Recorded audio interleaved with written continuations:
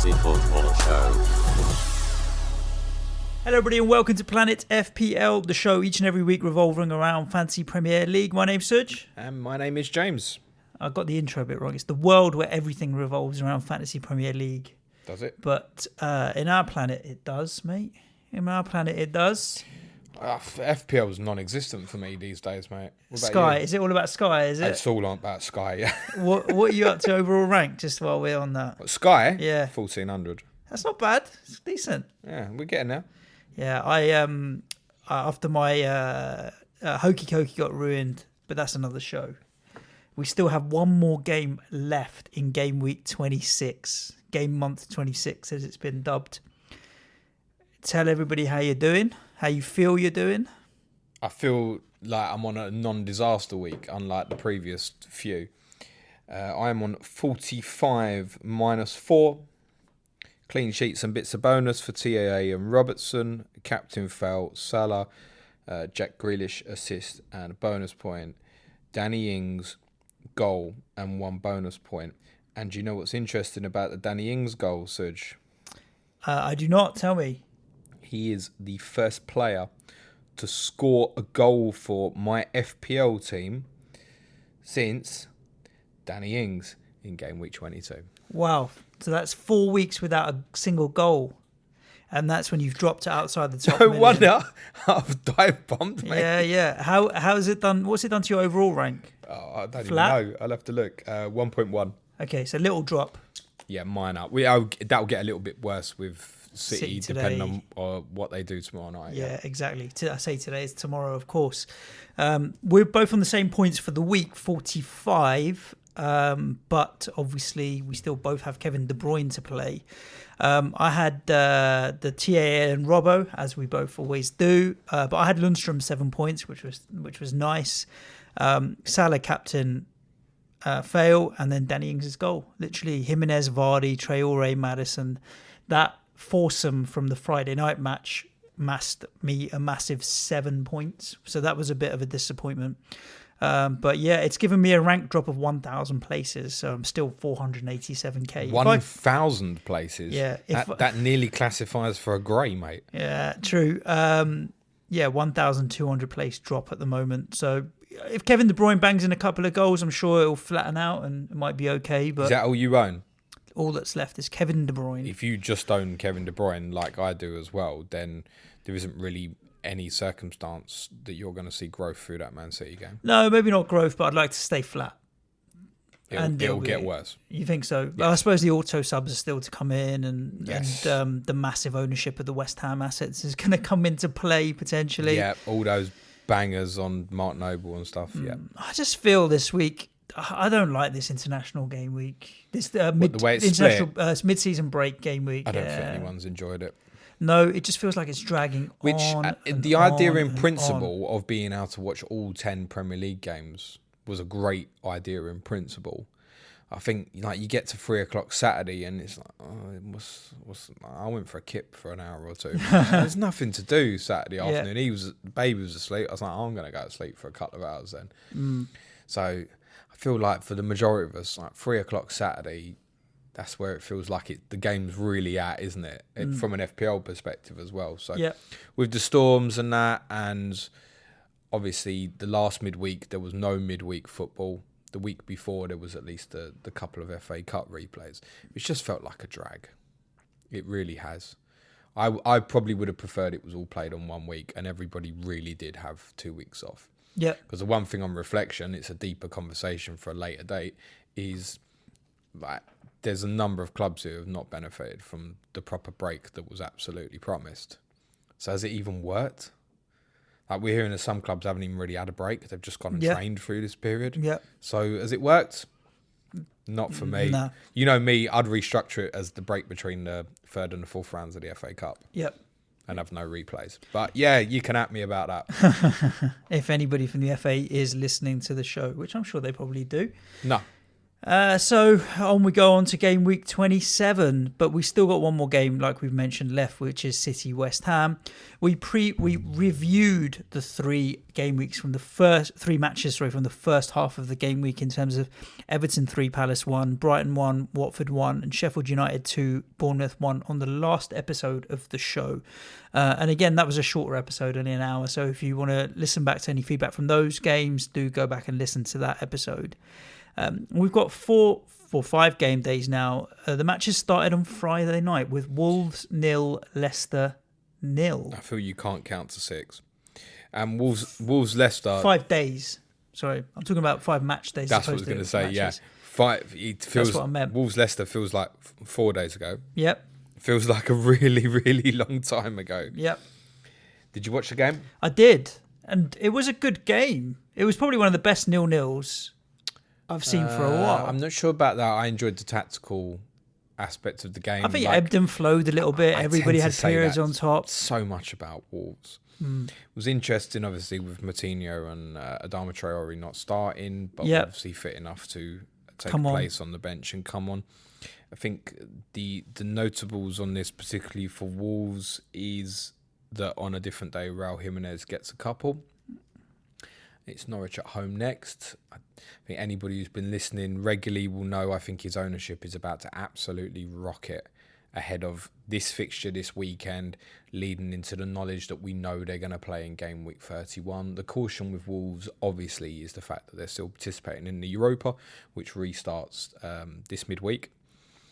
But I think there's an opportunity for them to be really pushing for the Champions League in the league, isn't there? With a good run of fixtures. The hardest on paper between now and the international break is Tottenham away. They'll feel they can pick up a run of results. They will let you down.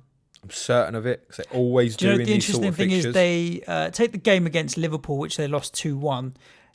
You can say they let us down, but that was a great performance, and they'll still score goals. They don't let you down in games like that. It's the things like getting beat at Watford when it was kind of off the back. I think that was off the back of the Manchester City win, wasn't it? Yeah. Where you really expect things of them to. Every time you feel like they could really kick on, they drop points in games where you wouldn't expect them to. Because make no mistake, their 1-11 is as strong as anything outside the top 2 on its day. I think it's time for them to start showing it. And it's whoever has consistency will finish 4th. They don't feel like they inspire me to feel like they will have that consistency. But in Jimenez is a great asset. Adama Traore is a great asset. I wouldn't be put off by the fact that he was a sub in the Leicester game. We believe that he hadn't really trained, so assume as he played that he'll train this week ahead of Norwich. Doherty, Bolly, Saiz, Moutinho, Jota. All options, really. I think so.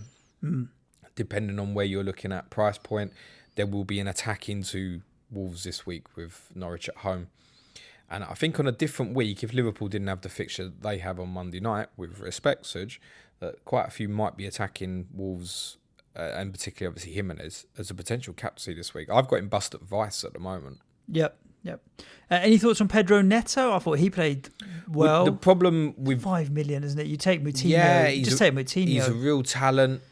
The problem with Neto is obviously Jota's back fit. And obviously got Daniel Pronence as well now. So suddenly they firmed up that kind of where Jota was injured and it looked like they couldn't really rotate for a while with Jimenez, Traore and Neto. You add Pronence and Jota to that and suddenly it feels like it's kind of 3 from 5, if you will. Jimenez will play 90% of the time. I think we could be very secure in that. And I think Traore is ahead of the other 3 now in terms of his starting selection spot. So they're the best 2, but I think if you're like me and you've already got those 2, you are potentially looking at a third, not now, but in the coming weeks, I would say. On Leicester, this is where there's a lot of discussion now on coming off Leicester assets potentially because of the lack of performance. You look at Vardy and Maddison; they have not been returning in the last few weeks. Yeah. And then you look at past this Manchester City fixture and you see that they're playing Norwich, Villa, Watford, Brighton. It's hard to come off these assets. Yeah, it's worth saying, obviously, the Brighton game's in 31, so it could might not if happen. they beat Birmingham in the Cup, will get rearranged, obviously. having gone, I think if you're like me and you've gone through it, it's now you're just looking at it going, it's one more game. It's Man City. I mean, at the moment, with my selection of my front eight, I'd have Maddison on the bench against City with his lack of returns recently. No fault to leave. Vardy out. I think we kind of discussed what Vardy can do to City on the break if you think back to the fixture they had at the Etihad in December. Depends how Leicester sit up on the day. And one of the things that may really influence that is obviously Hamza Chowdhury got red carded, so will be suspended. Wilfred Ndidi, we were told, had a setback, but I've heard that he could yet make this weekend again. Right. So he came back from the injury miraculously quickly. I think he played against you, didn't he? Yeah. Came back miraculously quickly and then disappeared again. He's obviously tried to force it through too soon.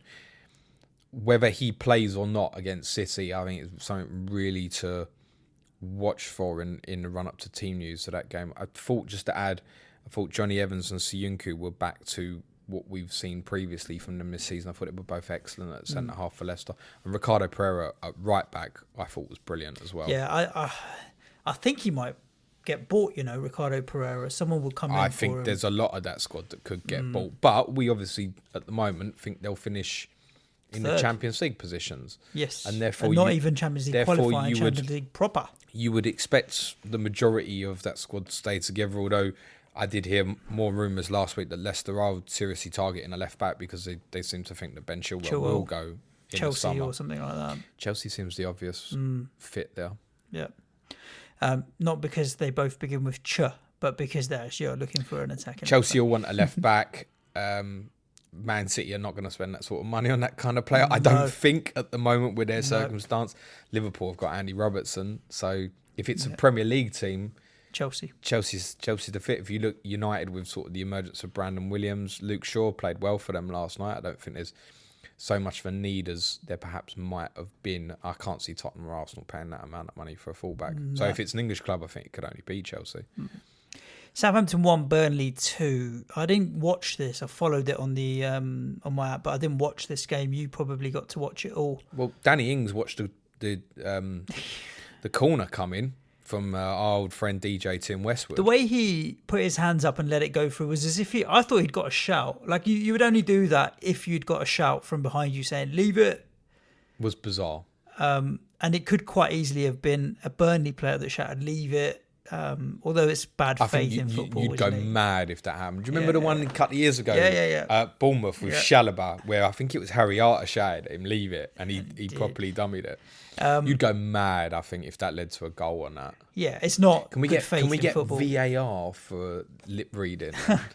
But then the way McCarthy kind of was in, I don't know what he was in doing. The goal, wasn't he? What?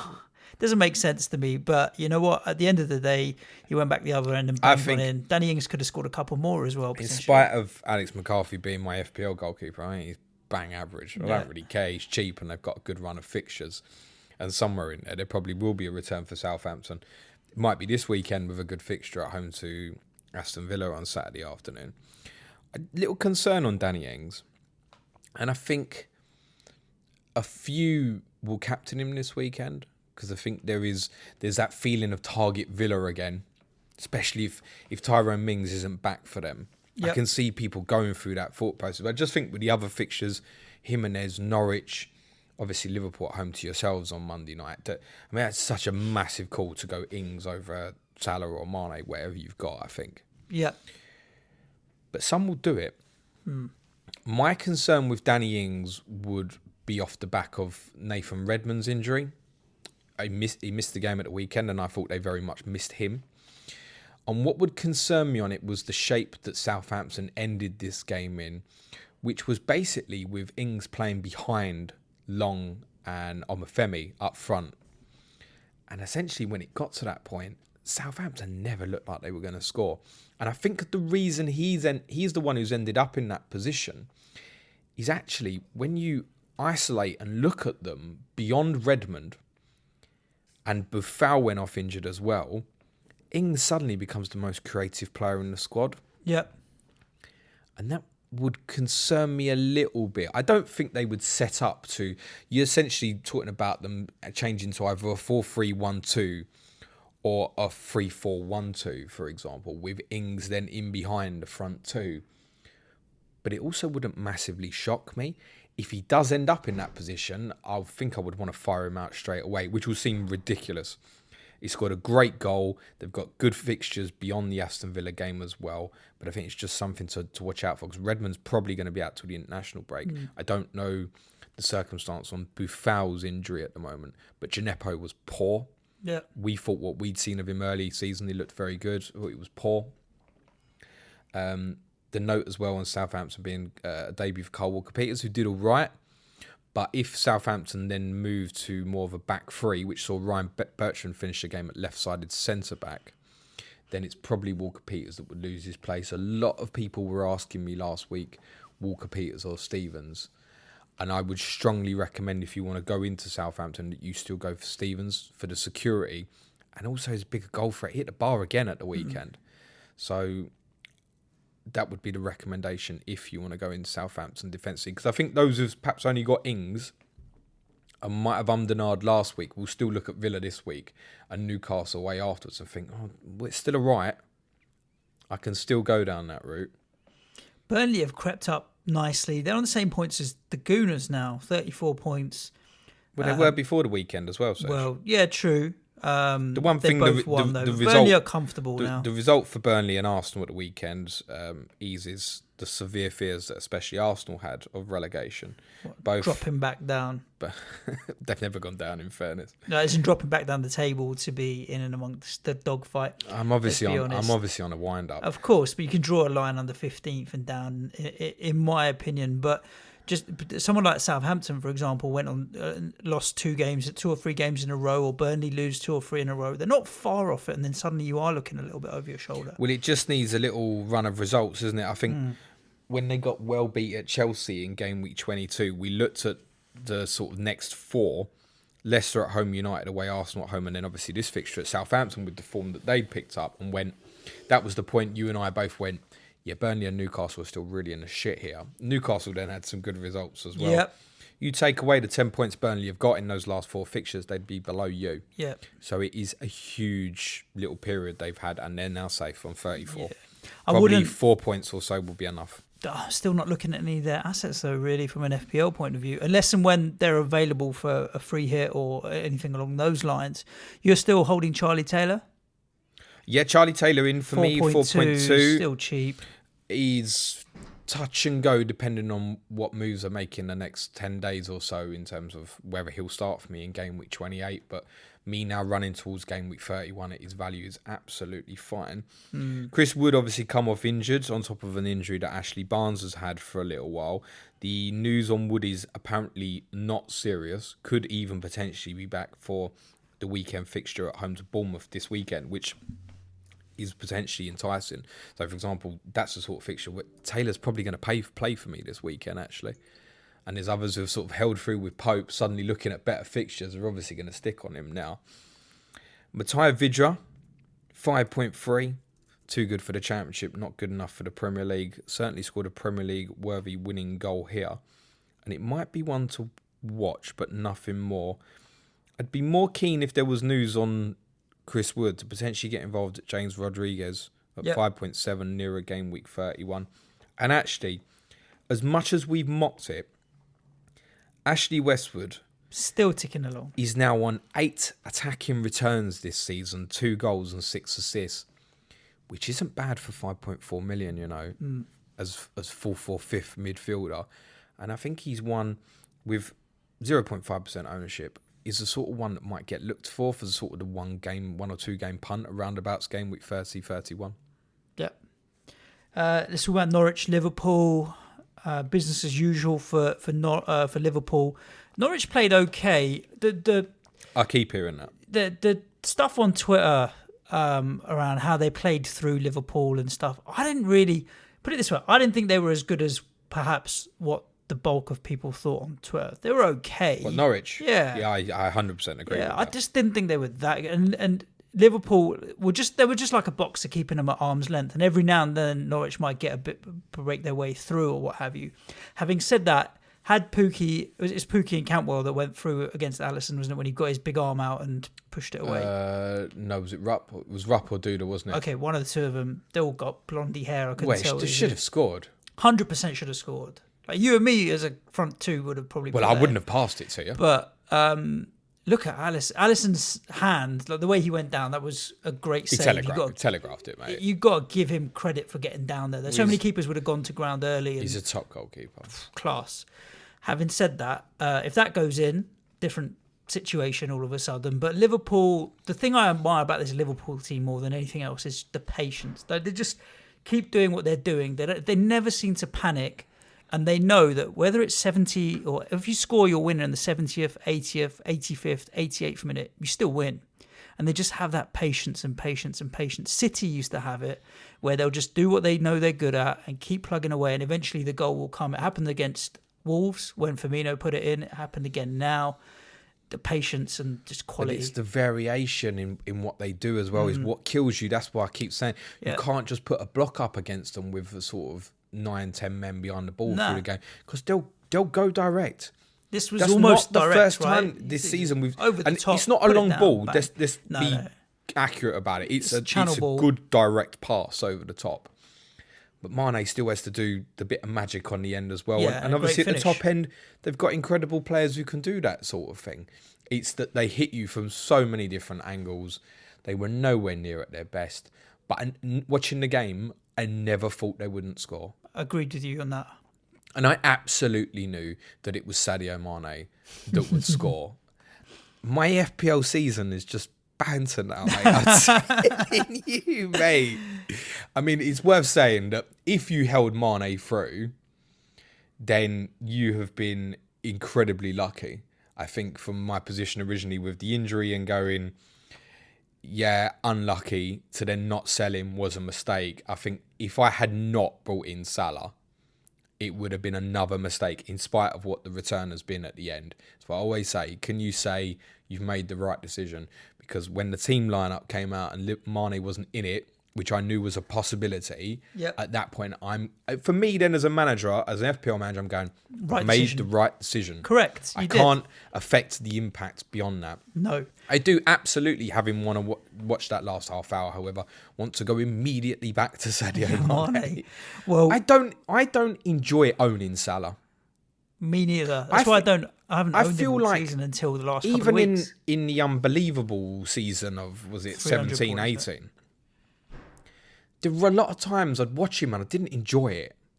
And I'm not sure if I can put my finger on that in terms of maybe it's his greedy style or the fact that I hold a personal opinion and I'm not questioning he is one of the best attacking players on this planet, but I don't feel like he's the best technically. He does things in terms of like his low centre of gravity and his movement and his directness, which very few players in the world can compare to. But sometimes I watch him on the ball and I think, he ain't doing nothing here. No. And Saturday felt like one of them days again. Then, having said that, he has one moment of magic and Keita should score the rebound once Tim Krul made the original save. Great save. And particularly to get up for the second one. Yeah. But I feel like it's an interesting one because I'm certainly not going to rush back to that. I mean, Salah to Mane ahead of West Ham at home sounds ridiculous to me, and I know that.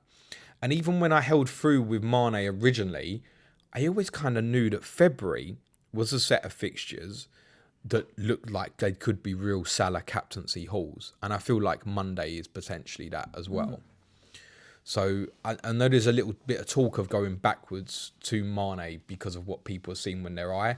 And obviously the massive temptation is because he's now, in terms of live ownership towards the top ends of the game, for those challenging, unbelievable differential.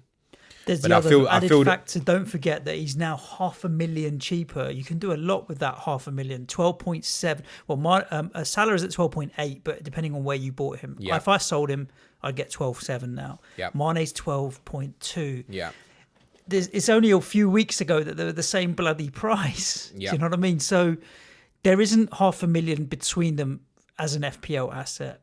In my opinion, they're both as valuable as each other. It wouldn't surprise me between now and the end of the season if their points hauls were give or take the same. So I'll take the cheaper option at that point because I could do with that $500,000 to beef me up an extra better defender or one of my midfielders. So are you strongly thinking about making that move this week? I don't think I can. I think I want to captain Salah against West Ham. I don't think I can. But yeah, take Dan Chancer, for example, who tweeted about this, because I think Andy Tactician tweeted that maybe it wasn't the right thing, but Dan has 2 free transfers this week, and he is making that move. And I think if you've got 2 free transfers and there's not any other burning fires within your team that you want to fix, get it done if you want to now. I don't think that's a problem, because Mane will go up and Salah will go down. Whether or not their ownership will trade to the extent that one will change in price, I don't know. But if I had 2 free transfers this week, there's a good chance I would bank that $500,000. I think you make a very key point here, because I can't say that I haven't thought about it, as I've already explained. I think it's only a move on 2 free transfers. And the reason for that being is, I think you can chop, and this time next week consider that you may feel completely differently if Mane blanks and Salah gets a brace against West Ham, for example, which is well within the realms of possibility, for example. You're going to feel completely different. It only takes one other injury, and then suddenly you're not playing with that anymore. You're playing with different fires, with players blanking, and then preparing for 31 if you're going down that route. So I think it is only a transfer to be made if you're on 2 free transfers. I think I will hold Salah this week, and with no clear plan of what I'm doing for game week 28 when they go to Watford, which is the sort of fixture where I then prefer Mane more, I might make that move. Talking about another premium midfielder, Aston Villa 2, Spurs 3. Sonny delivers again, and then just before we record the podcast, any conversation about Son is now dead. You know how critical I've been of him lately? Yeah. I'm devastated. Because despite that, there's no doubting he's a world-class footballer, as Heung-min Son. When he wants to, he can finish. He's got a great finish on him. 2 goals again, gets you out of trouble. Him running on goal is devastating, one-on-one and what have you. But XG at the weekend, because for those who already listened to Tottenham, I said a double check on it. His XG was 2.17, taken from Fantasy Football Hub. Including a penalty. So, yes, but then you have to factor in that technically he's got 2 efforts on goal there and 1. It's worth mentioning. Just to counter that, he's going to get 2 very high XGs there, 1 for the penalty and 1 for the rebound. Yep. It's worth saying. His XA, however, was also 0.75. That's big. Just to give you some context on the XG, the only other player so far in this game month to have more than 1 XG was Dele Alli, by the way. Yeah, 4 big chances, didn't he? Yeah. According to the stats on Hub, Son's expected FPL points from the weekend was 17. More than any player in any other game this season. Expected FPL points. Okay, that's interesting. Now, as I said, there is the counter that with penalty, you're going to have a higher XG naturally, and obviously the rebound skews it a little bit, but that's monstrous.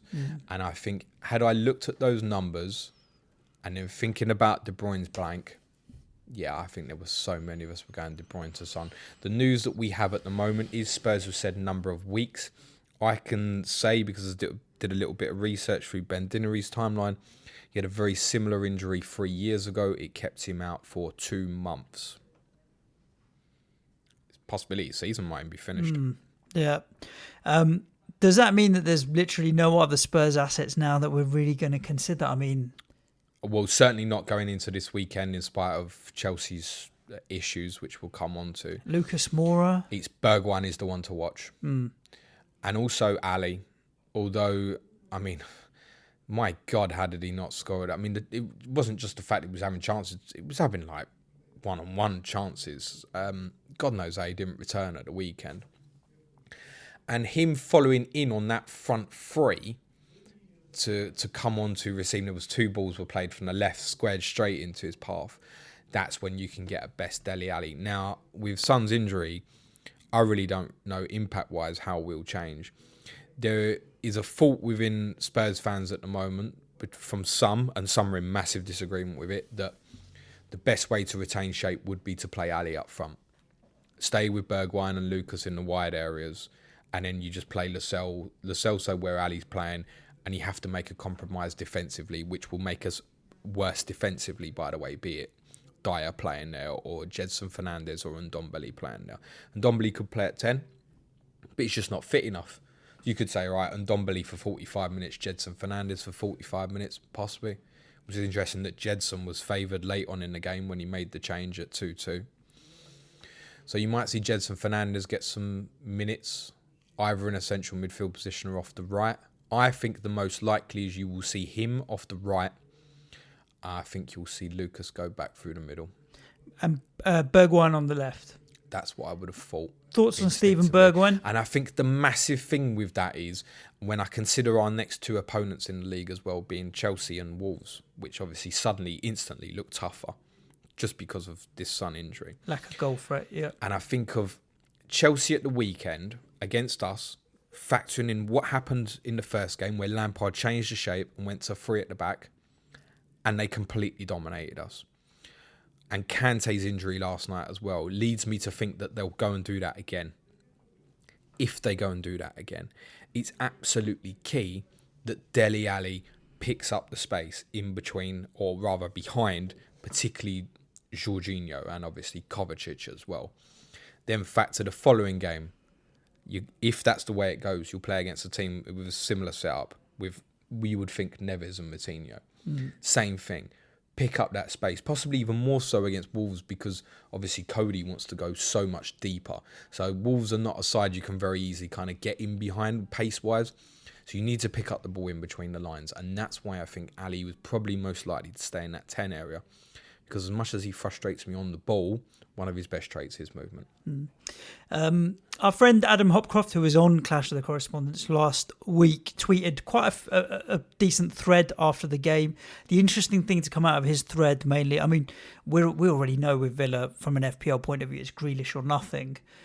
Maybe Samatta now, who looked lively. I thought he was good, you know. Yeah, he's not a Particularly bad in the shout, first half, yeah. But He's a fucking upgrade on Wesley, I can tell you that. Adam was more confident, despite the defeat, that they have what they need to get out of it. Perhaps because they've got a reliable, solid goalkeeper and more. Are you just off on a wonder? I didn't know you were getting up there, mate. I am less confident than Adam, unfortunately.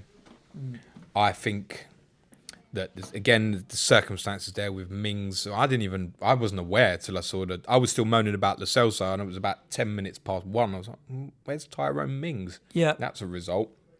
Tonsils, apparently, so could well possibly back for next week. He was a huge miss for them.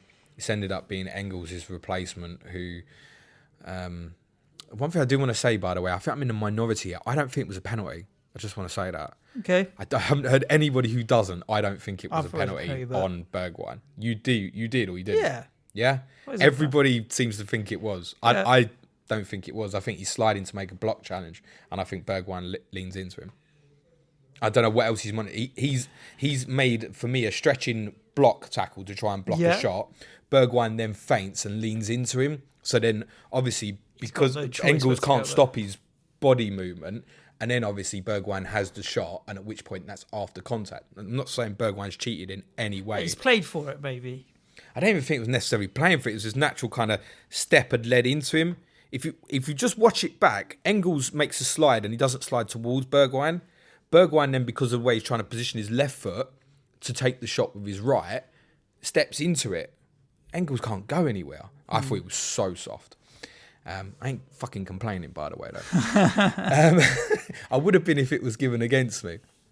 I forgot my point now, sorry. Obviously, yeah, Ming's injured or out. And obviously McGinn, who is nearing to fitness.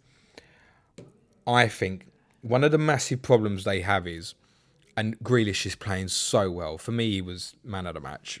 Terrific footballer. They're so unapologetic about how much they use him, in the same way Palace kind of are with Zaha. Yeah. Now, Grealish is playing 10 times better than Zaha at the moment. Should walk into not the England squad, but the England team at the moment. People are going to start taking chances with the rest, mate. Because you have to stop him. Because he is so good. Yeah. And I worry for them hugely defensively. I didn't understand this selection of, I think Adam Hopcroft would agree, the selection of Drinkwater over Nakamba. I didn't understand. Considering how bad Spurs were, the amount of chances that Spurs had was astonishing. And nearly every chance we had was through bad Villa play rather than us cutting them wide open, be it positionally or not getting back into position. Balls over the top. They leave themselves so wide open to the counter-attack and the ball over the top into the channels. The sort of thing Danny Ings will love if he plays in that area at the weekend. The sort of things after the blank that Jamie Vardy will love when Villa go to Leicester on that Monday night game. I know Villa have done well in obviously the semi-final against Leicester. But they, for me, are way too open and they're conceding too many goals. Yep. And on what I saw at the weekend, for me, that's possibly as close to as well as they could play. And I thought Spurs were shit, and yet everybody afterwards is still going to me, well, on the chances Spurs deserved it. And I can't argue that. No. I think they're going to go, unfortunately, Villa. I don't mind you Every time I tip someone to go down, by the way, they do have a streak. Yeah. Who else is going down? West Ham are going down, aren't they? You know, Tip us. I don't want you to go down. No, we'll see. I think if you're asking me, I think Bournemouth as well. Bournemouth, Villa, and Norwich at the moment are your three. Yeah, yeah, I would say that. Just on Grealish, obviously, there's a decision to make going into the blank game week. It's still a nice fixture at Southampton this week. Then it's a tough run.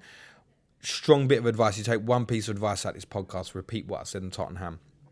Next game week 28. Probably more than any other game week coming up this season, do not make an early transfer. There could well be news late next week on potential Man City game week 29. Mm-hmm. Genuinely wait, because people are going to be in that De Bruyne situation, aren't they? Yeah. Just sell. Don't do the early next week. No.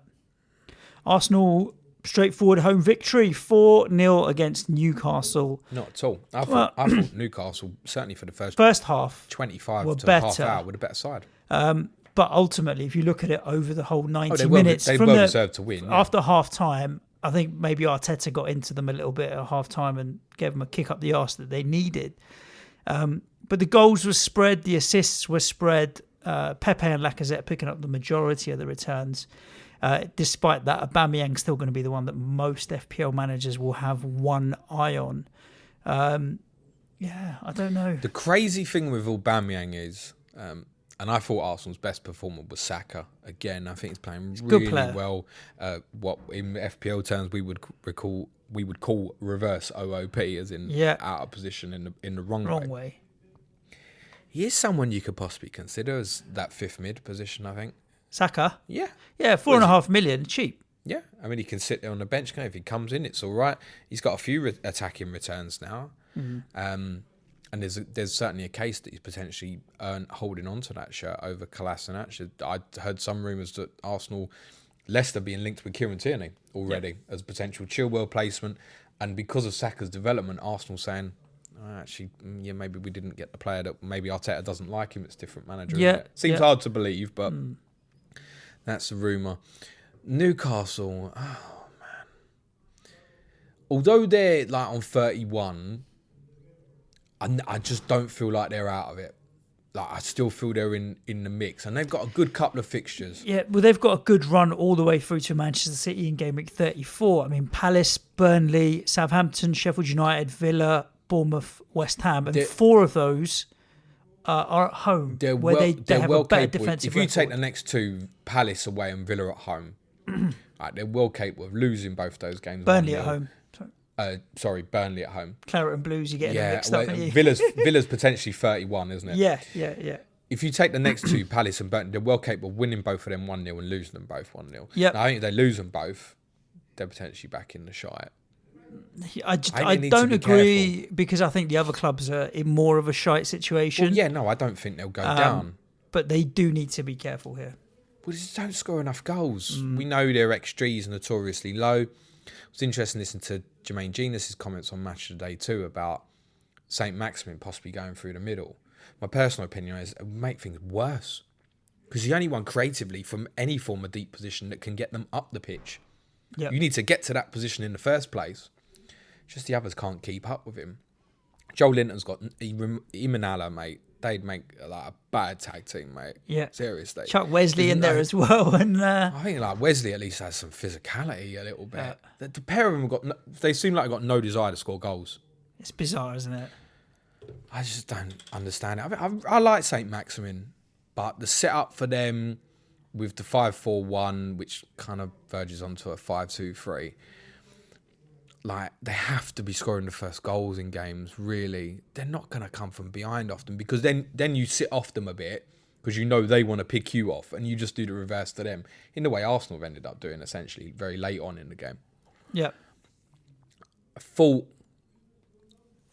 the first goal was comical with the header. What I meant to say, linking Saka, by the way, is look at Aubameyang and Saka's average position from Sunday. They're nearly the same, which is scary if you're an Aubameyang owner. But he still does the business, right? He does get goals from the left. It doesn't matter. Your fellow who played right wing back, Lazaro, he had a nightmare 5 minutes. But actually, Fernandez, who we've praised on this podcast before, he has an absolute nightmare for that first goal for me. And nobody said it. The ball from Pepe is in the air for so long. I would want my centre-half to go and head it, personally. Yep. And I think he should take the responsibility for that. And then from there, like I said, once they go behind, they're always in trouble. If Arsenal fans want to get excited about Ozil and Lacazette and all that, like, great. Go and have another drink. Chelsea 0, Manchester United 2, fresh of last night's VAR controversy, red card controversy, and all the rest of it. But what it ultimately means, and probably the most important thing to think about, is that fourth place race now is so tight. You've got Chelsea on 41, Tottenham on 40, Sheffield United on 39, Manchester United on 38. 2 points. 3 points between four clubs. All right, Wolves 36. Keep going. Everton 36. Keep going. Arsenal 34. Now you can stop. You think anyone Sorry, from them, Burnley. anyone from those you think could nick that fourth? Yeah, as much as I've joked about Arsenal, like Arsenal, 7 points. Arsenal absolutely can still finish fourth. Definitely. Chelsea's form, as I mentioned on Tottenham, was 15 points in 14 games. Like, that has to change, or they're not going to finish fourth. They were miles clear, mate. And suddenly they're in it. And you feel like with Chelsea, there's a feeling around the stadium. There's a feeling, I feel like, amongst the players, that there's a lack of confidence in them creativity, not so much creativity-wise, but in converting some of these chances. Like some of the things Lampard was saying about Abraham again after the game, I thought it was bizarre. Yeah, he was basically saying, look, Tammy had a great run earlier in the season. We knew he couldn't sustain it. And that's not what he said, but I can interpretate that's what he said, which doesn't give the fella any more confidence when he comes back in for Batshuayi. See what Goldbridge said? I didn't. He said Batshuayi was as much use as a wig in a wind tunnel. He was so bad, mate. Chelsea were bad from 1 to 11, really. They just didn't have a very good game. Well, it's another one, like, you lose Kante after 10 minutes, and Has a big impact. He's the sort of guy, because the way he plays, like, psychologically, that's damaging. Because if you're a fellow player, and I thought Kovacic was really good, actually, in the first half particularly, it's so damaging knowing what the work he does for you, and mentally wise, you're already thinking, I need another 5% here because he's not on the pitch. The team felt like it had an older look and feel to it, without obviously Abraham, Hudson-Odoi, Mason Mount being sub. And it seems like such a contradiction from what we were praising them about so early in the season, about this youthful energy, etc. And we did predict that there would be a downturn because so many of them are so young. I think, as I said earlier, I think Chelsea will play a back three against Tottenham at the weekend. I'd be surprised if they didn't. But shape-wise, in terms of personnel, I mean, that probably means Tomori coming into the team to play with Zuma, I would have thought, ahead of Christensen. The same back three that played at Tottenham. Then does he bring back in Alonso or Emerson? That's what I would have thought is the most likely thing for them to do. And then play again. It's Mount and Willian in behind. Obviously, for them, they'll hope it's Abraham up front. So it's something to watch out for the weekend. But are you even looking at Chelsea from an FPL perspective? No. And I'm also not looking at Manchester United, other than perhaps... I like Bruno Fernandes at 8 million. I think he's going to pick up some decent returns. They've got a good set of fixtures up until pretty much the end of the season, really, Manchester United. Yes, probably a bad thing. Oh, well, yeah. But, I mean, if the chance is there... They beat Chelsea 3 times this season. I think if I was looking for a differential at 8 million, Bruno Fernandes would be the only one from Manchester United that I have an eye on. Although Martial, again, you know what, picked up a return. He's not a bad shout there. As much as he annoys people, Do you know what? he's cheap. In terms of context, excuse me, Wan-Bissaka I thought had probably worst half out of Man United in the first half. In the context of the game, Wan-Bissaka putting in a cross like that and Anthony Martial scoring a header like that is about as unlikely a goal as you will see this season. Like, it stunned me when he scored, especially from Martial's perspective. Oh my God, there's movement. Yeah. Oh, and it's a great header. Yeah. Oh, he did say something, didn't he, on social media about closing his eyes, which I can firmly believe. But actually, it was a great goal. He must be so frustrating to own Martial. I mean, I have owned him before. I think probably the majority of us will have at one stage or another. Because when he blanks, he really blanks. He's just not in games, is he? No. But then he's capable. You look at the fixture at the weekend, Watford at home, and you go, it's a little bit like what Ricky was saying to us on COTC on Thursday. Like, we know he was in his faults, and he will be in others. Because you do look at it and go, do you know what? If there's a differential who's going to sort of get a double point haul this weekend, he's as likely as anybody. Yeah. And that's why he will frustrate. Not of interest to me. Not at 7.0. I'll take Fernandes at 8. I would prefer. That said, I would actually still prefer Martial over Fernandes. I'm thinking Fernandes over Martial, but you know, I think Fernandes is one who he's going to tick you over really nicely. His set piece delivery, obviously, had the free kick that hit the post, as well as it wasn't just the corner for Maguire's. There was a couple of others that were particularly threatening as well. I think he's going to tick you over points nicely, like. We could say maybe not to the same level, but like a Christian Eriksen did, for example. Yeah, that's a good comparison. Or like an Ozil in his peak days, for example. That kind of ticking over. And I guess there are potential comparisons to those players when they're playing well and Fernandes' style and current position as well. But I would prefer Martial because there's more explosiveness, personally. So... that was all the games. We still got Manchester City. I don't know how Harry Maguire didn't get sent off. Well, if you're thinking that nobody agreed with you about the penalty at Spurs, everybody agrees with you about that red card. It was a bloody red card. Quick VAR sum up. All right. The disallowed goal. Is there such a thing? Go on. Yeah. The disallowed goal at Wolves Friday. I bin that shit out of my life. Gary Neville said last night, he said there's no problem with the offside rule. Right, Gary Neville surely then has decided that he is not a Manchester United fan and not a football fan if he thinks that's the sort of goal that should stand. The decision to disallow the 2 Chelsea goals last night, I think it's okay. Giroud was offside. I hate that kind of thing is getting ruled out because we want to have people enjoying goals and celebrating in the moment and not fearing it.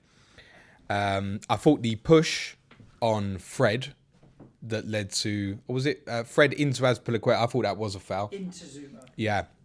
Because it wouldn't have been a penalty on Azpilicueta, but it's definitely a foul by Azpilicueta, and that's why I think it's the right decision to rule it out. But Harry Maguire, absolutely. Red card. As soon as I saw it, and they even highlighted it at halftime as well, straight away when it happened, you thought, there's nothing in that. As soon as you saw the first replay, I'm pretty sure 90% of the listeners or viewers thought that's exactly the same as the Son incident. He's going to get sent off here. In that moment, I think we've all accustomed to certain things now, and you're thinking, well, he's getting sent off there. Yeah. Why wasn't he? I don't choose to question VAR. Two decisions made by VAR that are almost identical. You could even make a case. I'm not saying Son shouldn't have got sent off because he should have in that Chelsea fixture. But Son aimed the kick out. Maguire went for his nuts, mate. I know which one's going to fucking hurt more. Yeah. Maguire was dead lucky. And he ends up being, near enough the top FPL point scorer of the week? Might have even been it, possibly. I think Pepe took that mantle with 17, you are right, but Pepe. It wasn't too far off. James, Twitter questions. Come on, let's have some. Before we started recording the show, I will have you know, I said, James, you put the tweet out for the questions. He goes, oh, yeah, nah. So he puts the tweet out thinking, do you know what? I said to him, look, we're going to keep it to an hour and 15 or so don't worry about it. There's still 50 plus comments on this tweet already. Yeah, well, I did say send shit in within an hour. Yeah. Two people have been quick, but there is a reoccurring theme here, and I'm going to read you 4 or 5 questions in a row. Okay. And then you tell me what the reoccurring theme is. Okay. Yeah. Remember, you need to plug Planet FPL Live 3 at the end. Yeah. Oh, why don't you do that right now? All right. Planet FPL Live 3 Saturday. Tickets are still on sale. We don't need to sell anymore because we might have a capacity problem. Yeah, but please, absolutely do come. No, we can squeeze in a few more people. Overflow. Get cozy and cuddly and snuggly. Suj did a recce of the venue at the weekend. Yeah, it was nice. And has come back with good feedback, so we're really pleased. I'll tell you what. Really looking forward to it. I had chili chorizo eggs for breakfast, James, which was quite nice. In Shack, off the brunch menu. Okay. Quite tasty. So probably the one thing we don't shout out, it's in Manchester. It's in Shack Bar and Grill, which is Northern Quarter in Manchester. My brother had steak and eggs. I'm showing James that does look the nice. Steak and the eggs. Oh, them eggs look banging. That was a lot of steak on that for, I think it was about 10 quid, 9 quid. Decent. Nice. Yeah. That's more than most of these listeners can afford. Well, for steak and eggs, I think 9 quid. It's in the Northern Quarter, isn't it? Yes, exactly. Yeah, right by the Arndale Centre. How long is that to walk from Piccadilly? About 15 minutes? No idea, mate. Useless. No idea. Thought you did the recce to check all this shit out. I think it's 10 to 15 minutes personally. Anyway, don't just turn up on the day. Do buy the ticket in advance because you might get let down. If you're at a 3:00 game, like a few people might be, say Burnley, Bournemouth, for example, by all means do come back afterwards because at that point we will be in the upper bar, like we're just in a bar watching Leicester and Man City. So if you can't come till late and you want to just pop by and say hello at sort of 5, 6 o'clock or something, if you're coming back from a 3:00 game, by all means do pop down and do that afterwards. It's going to be a blast. It's going to be worth coming just for the opportunity to watch Chelsea v Spurs at 12:30. Yeah. Then the podcast at 3, then the quiz at 4, then Leicester Man City at 5:30. Indeed. I'll tell you a story. So I went to the venue and I said to the guy, obviously downstairs wasn't open, but the supervisor there, Nick, lovely fella, I was like, I need to have a look at the basement and that. And he goes, all right, I'll have a look down. But he was busy. And down there, locked in, was Leroy Sané. Leroy Sané wasn't there. But he was come downstairs, have a look. And he goes, so what are you doing? So I go, do you play FPL, mate? And he was like, yeah. Okay, so I started telling him about the podcast. And as soon as we started talking about FPL, suddenly it was like his world had changed and he had a kindred spirit to just start chatting to. And we ended up down there 15, 20 minutes just talking about FPL. His Saturday league team are about to win the league, so he said he can't come to the show, but he's going to come after anyway. So like you're saying about the 3:00ers, fucking league's he in? It's mid-February. What is it? What is it? The Premier League? He said they're battering everyone. So so he's going to come down after. I think it'll descend into just come and meet us for a few drinks. If you can't make it early, you can't make it late. It's going to be a good one. Yeah, I hope so. It will be. Let's do some questions. So 4 questions coming at you in a row. Okay. FPL Martin, Son replacement, now he's out. He was my little gem. Sizzlers, the best Spurs asset with Son being out. Alex Dawson, the best Spurs attacking asset. Is it Mora, Bergwijn, or neither? Joe Knight, Son's out. De Bruyne possibly blanks. What's the plan? And finally, FPL dare do the punt. Would you recommend completely ignoring Spurs assets now that Son is injured, or is Ali worth a look again? So you can tell, and I haven't even scrolled further up, that I reckon at least 30% of these questions are about Heung-min Son. My recommendation would be avoid. I think if I had to go and buy one and I was forced, my first choice would probably be Dele Alli. That said, Bergwijn is a good million or so cheaper, isn't he? Yeah, he's 7.5. I don't know what Dele's price is. And he played fine again at the weekend. Should have scored himself a couple of times, but just overdid it a little bit. Good player.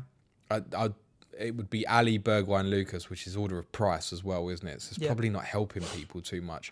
But the general advice, would be avoid. I wouldn't want to go near them, mate. No. Plus, it's another one where right now I've told you how I think they'll set up. I could be completely wrong. Mourinho might decide that he might play a back 3 at the weekend. I wouldn't have thought so, but he might. There were so many holes and problems in that squad defensively, and the amount of chances we had at Villa, again, for me, it just completely masked it. Yeah. There is a game where you may get some clues as well, because we play Leipzig tomorrow night in the Champions League. So you might get some clues from that in terms of setup. But he'll have a plan for Chelsea. That I can credit him for. Yeah. And in line with that question, although I think I know your answer to this, where were we? Troy Parrott. Will he get Yeah. a chance now between the end of the season, and should we consider it? Will he get a chance? Yes. This is coming in from Amu. In your opinion, will Parrott get a chance before the end of the season? He seems a good prospect as a number 9. He's a great prospect. Ironic, actually, I was talking with a Manchester United fan in the pub on Sunday. Was watching the Arsenal game, and he told me, by the way, he said that they were certainties to beat Chelsea but would lose to Watford. He said it's just United all over this season. And he's Irish, and he was talking to me about Parrott because he really rates him as well. And he's probably seen as much from him as I have because he's already played a couple of times for the full team and that. Will he get a chance? Yes. He's probably likely to be against Norwich in the FA Cup. And I'm not even sure that even that will be as a starter. He is a brilliant talent. He is, and it doesn't mean he'll be better than, but he's far more advanced than Kane was at the same age.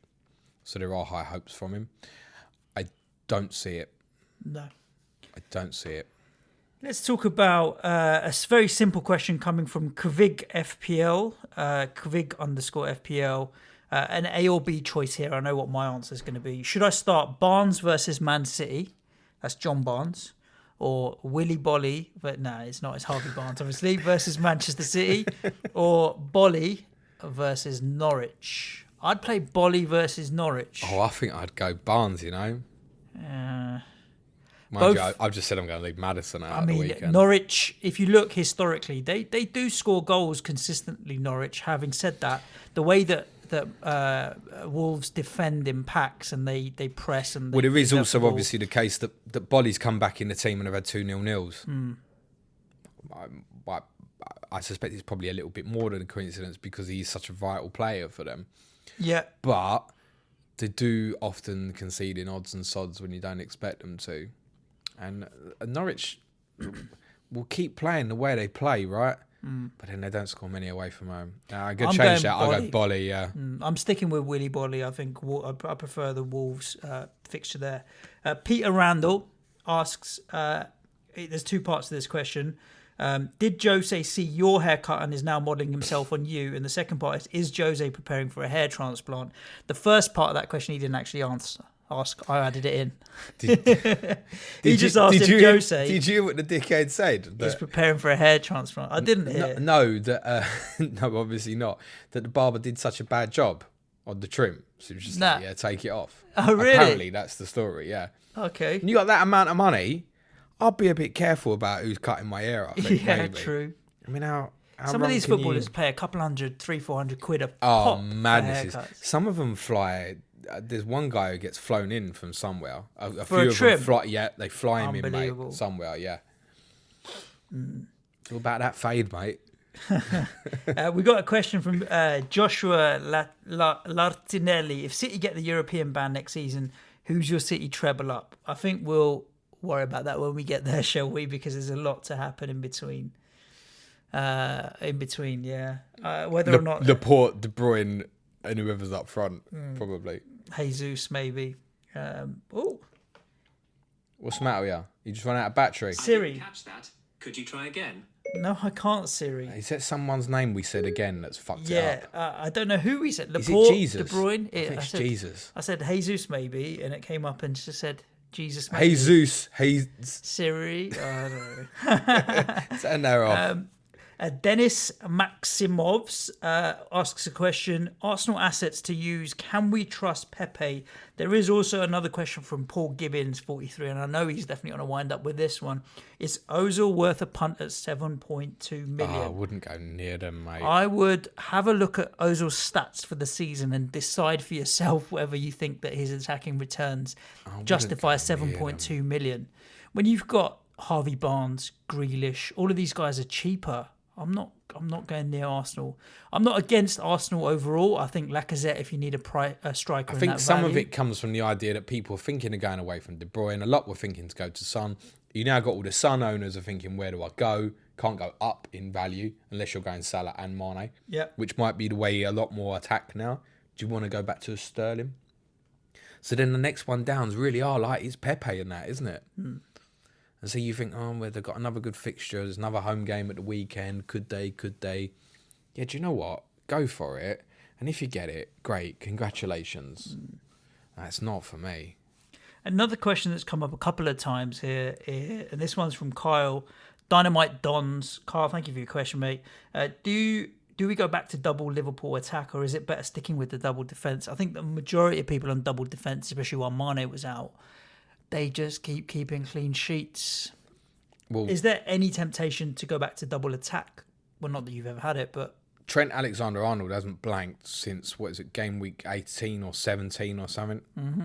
Like minimum 5 points in every fixture since the 1 pointer at Bournemouth. And if he'd played all of that fixture, he'd have clean sheet points as well. yeah. So, yeah, TAA, Robertson, no consideration to move. Another question from Lee at FPL Poco. He asked what other podcasts we would recommend or not recommend. We can't answer that because there's no way we'll get everybody on and not upset someone. But I would recommend one. It's called Serial Podcast. It's about the true story serial killer. And they document and give you... It's like watching a Netflix series about a serial killer. So if you want a good podcast to listen to that's about anything other than FPL, Serial is the one. Okay. There we go. Other than that, there's Who Got the Sis, Surgery, The Cheaters, 59 Wolfpack, minute, Amigos, YouTube streamers that are out there. Yeah, all them. If you Google FPL podcast... FPL Dive, you like the Dive boys, don't you? Yeah, I do. But mainly because they banter each other plenty. And Marco likes to give Jake loads. abuse. Scout, Hub, there's loads, man. Yeah. Too many to mention. I think everybody's got their own... I wouldn't call it specialism, but their own thing. Like everybody supports different teams. Well, we're just special. Well, yeah. Because everybody supports different teams, you're going to get more. They're going to focus on their teams more. We like to focus on our teams a little bit more. Some people are stats based, some people are banter based. You know, there's plenty out there. I think just listen to them all, and I would say that all the podcasts are fairly consistent. So if you listen to one, you know what you're going to get from people. So have a listen to them all. I don't know. I listened to the Wolfpack boys last week. That was mental. That was the one that was tweeted NSFW. It was like there's no FPL content. I was like, oh, I'll have listened to that. Nutters. I know a lot of those guys. Fair game to them. Okay, another question here coming in from Brian at Blades Attack. Despite 8 games without a goal, would you still back Vardy to get out of this slump? Yeah. Norwich and Villa. I mean, you could almost argue that City, Norwich and Villa are probably including City, 3 of the most susceptible sides to a counter-attack. And if Leicester remember what they're very good at, yeah, Jamie Vardy can have some numbers in the next few weeks. Certainly wouldn't leave for me before the Aston Villa fixture for anything but injury. Okay. FPL _Tractor. I'm thinking about Abraham to Jimenez, but I've got to take a -4 to make it happen, as I already have Bolly, Traore, and then Donker. Say that again. Abraham to Jimenez, Yep. but already owns Bolly, Traore, and then Donker. The first 2 in that trio are players that you play as opposed to bench fodder. So Den Donker's the one that's got to go. Are there any other options to Raul Jimenez? Did we mention maybe Samatta? I mean, I liked what I saw of Samatta on Sunday. Ings, if you don't already own him. I wouldn't recommend him as the FPL asset. Sebastian Haller. This is always the problem when you go for 3 players from the same team. I think for me it would be one. After Liverpool, if you said you want to have 3 players from one team at the moment, honestly, I would say Wolves. So I can understand the thinking there. That's why really, when you go your budget guys, I saw a few people end up this situation perversely with Brighton early in the season. You got Ryan Button, which was the obvious kind of dead team goalkeeper double up. Yep. You add in Morpay, and suddenly you're in a position, I want Dunk or Webster, or I want more. And before you even realise, you're like, oh, I can't do that. You're already on the free. So like, if you're going to make that double Brighton, for example, I'm not saying you do it now, but if that sort of thing comes up again next season, you really do want it to be from a team that you're probably not going to invest in as well. Mm-hmm. And that's the problem you've got there with a dead player like Den Donker. Because Den Donker's the one that's caused the problem there. Yep. It's not the other 2. Yep.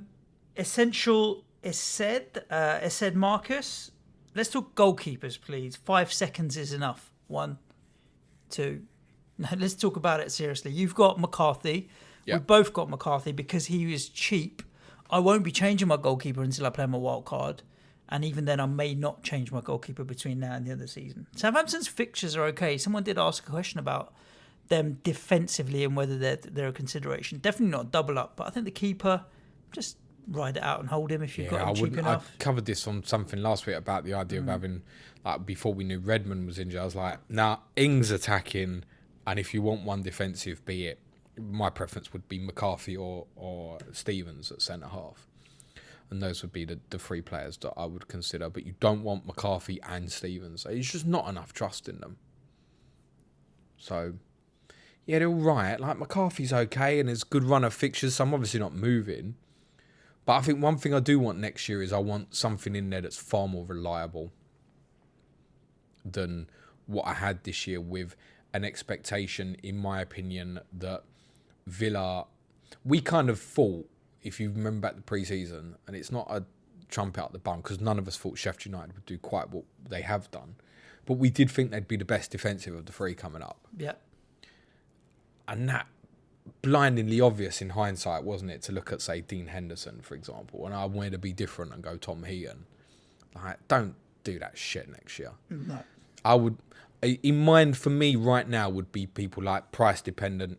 Pope will probably be 5 next year, so he'll get ruled out. So, like...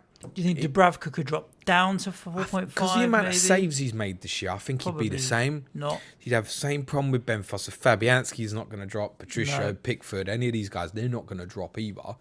So it's probably going to be what's best of scrapping around. And it might be that, say, Matt Ryan's the one knocking about. Well, Matt Ryan's a solid enough guy there. Brighton might improve next year. That will probably do. But I'd rather have something from a team that I know that can exceed in clean sheets on what their capabilities suggest, which, for example, regularly is like, it's Burnley or Palace, those kind of sides, really, or Newcastle. That's where I'd want to get to. If one of those three had 4.5 million keeper next year, I think, I'd be all over it. One more question we have from our friend Aaron Boyle. Hope you're well, Aaron. Boss. He's dead ending to game week 31. Is that a sensible idea? Or can you do it? Well, if Aaron thinks it's sensible, it's fine.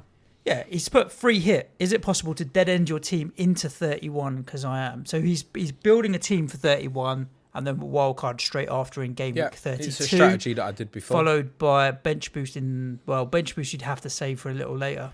My massive concern is bench boost will be best used in terms of the amount of doubles in game week 37. God, I feel like I repeat this a lot.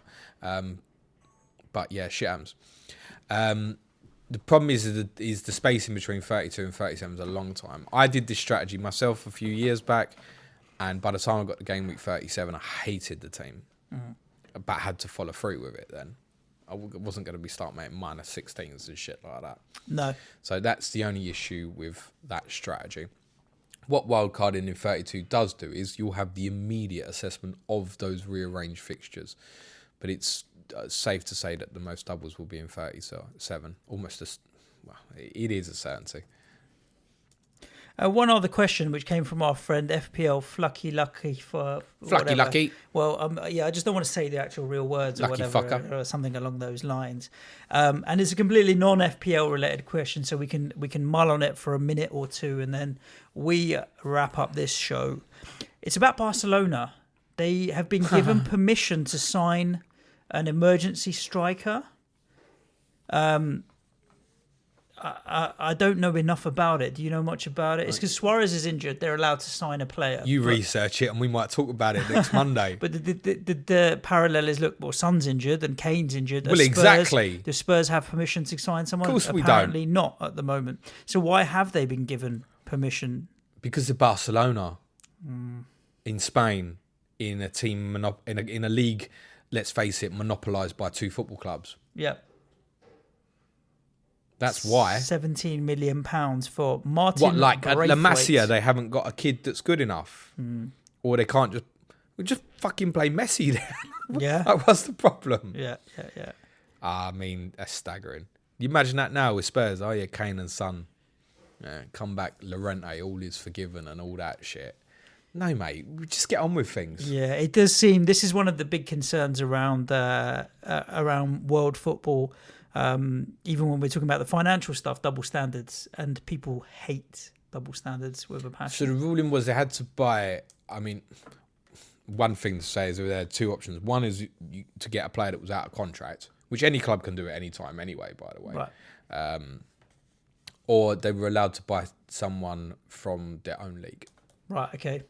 But could you imagine that now? Say Spurs, Son and Ings, and then suddenly went, oh, sugar, we've got to get someone in, say, I don't know, just hypothetically, say Tottenham really put the pressure on, say, Deeney, for example. Watford right in the shit, take their talisman away because Spurs are desperate, for example. It's not on, is it? No. Different rules for two different clubs compared to the other 18. Doesn't make sense. It just wouldn't happen in our league, and we can be a little bit thankful for that, actually. There we go. We have coming at you still this week Sky Fantasy Football tomorrow.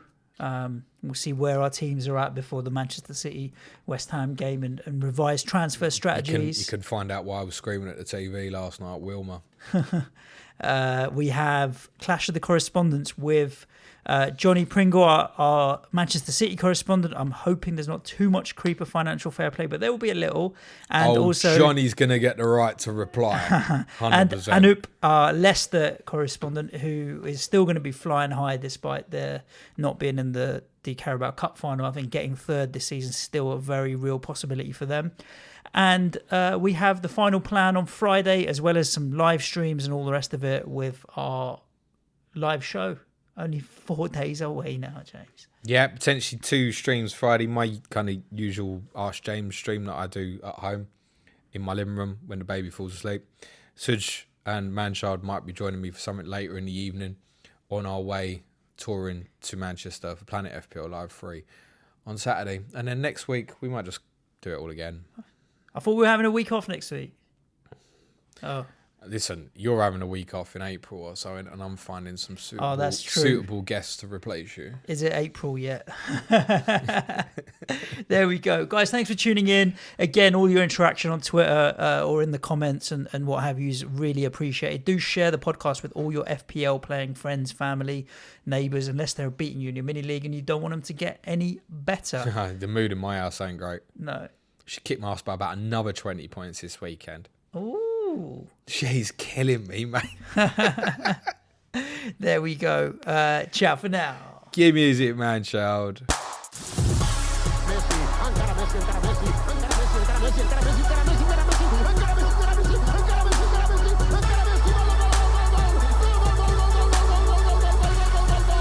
The Fantasy Football Show.